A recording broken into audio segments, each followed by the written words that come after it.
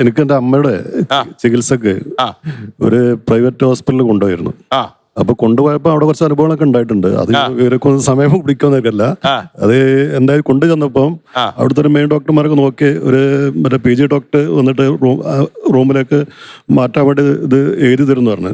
അപ്പൊ അതിന് കാത്തുനിന്നപ്പോ ഞങ്ങൾ ഒരു 10 കാത്തുനിന്നപ്പോഴും ഇവര് വരുന്നില്ല. അപ്പൊ രണ്ടാമത് വന്ന് പറഞ്ഞപ്പം അവര് വിളിച്ചു പറഞ്ഞു. അപ്പം ആ ഡോക്ടർ വന്നിട്ട് ഞങ്ങളോട് ചോദിക്കുകയാണ്, നിങ്ങൾ കുറച്ച് നേരത്തെ വന്നോട് ചോദിച്ചു.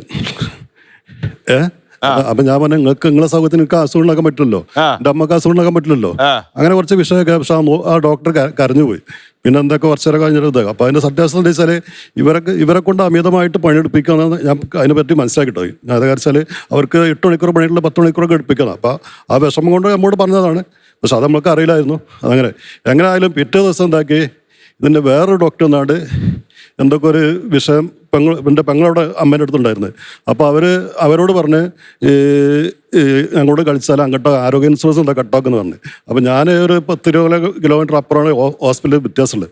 അപ്പോൾ ഞാൻ അതിനെ അങ്ങോട്ട് വരാമെന്ന് പറഞ്ഞ് അങ്ങനെ ഒന്ന് PROൻ്റെ അടുത്ത് ചെന്ന് കാര്യങ്ങൾ അവതരിച്ച് ആ ഡോക്ടറെ എനിക്ക് കാണണം എന്ന് പറഞ്ഞ് എന്താ വിഷയം ഉണ്ടായിരുന്നുള്ളത്.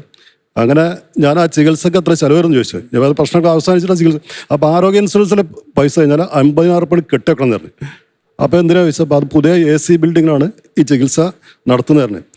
അപ്പോൾ ലാസ്റ്റിൻ്റെ പെങ്ങൾ പറഞ്ഞ് ഏതായാലും നമുക്കിവിടെ വേണ്ട, അപ്പോൾ നമ്മൾ വേറെ കണ്ണോട് കാണുമെന്ന് പറഞ്ഞപ്പോൾ ഞാൻ കോഴിക്കോട് മെഡിക്കൽ കോളേജിൽ പോയിട്ട് അവിടെ പോയിട്ട് വിവരം പറഞ്ഞു. അപ്പോൾ നിങ്ങൾ കൊണ്ടുവരുമെന്ന് പറഞ്ഞു.